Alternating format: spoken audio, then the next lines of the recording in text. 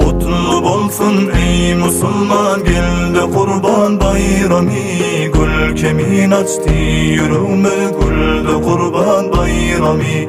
Kutlu bolsun ey Müslüman, geldi Kurban bayrami.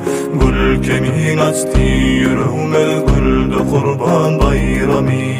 Ayda kutlap hayru ihsalar edin bayram günü. Sedeku ihlas sazını hoş çaldı Kurban bayrami. Bahru kinanıl koyun eyde seyit bol diyene. Dost davalluk yoluna gör saldı Kurban bayrami. Kutlu bolsun ey Müslüman, geldi Kurban bayrami. Gül kemin açtı yüreğime, güldü Kurban bayrami.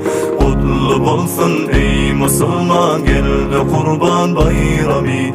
Gül kemin açtı yüreğime, güldü Kurban bayrami. Bugün şeytan yanar öl oduna matem bolup. Hak Ta'ala fazlını cem kıldı Kurban bayrami. Hoş bolur ruhum senin öl baki mehbubun dilep. Çün halil nefsin damağını çaldı Kurban bayrami.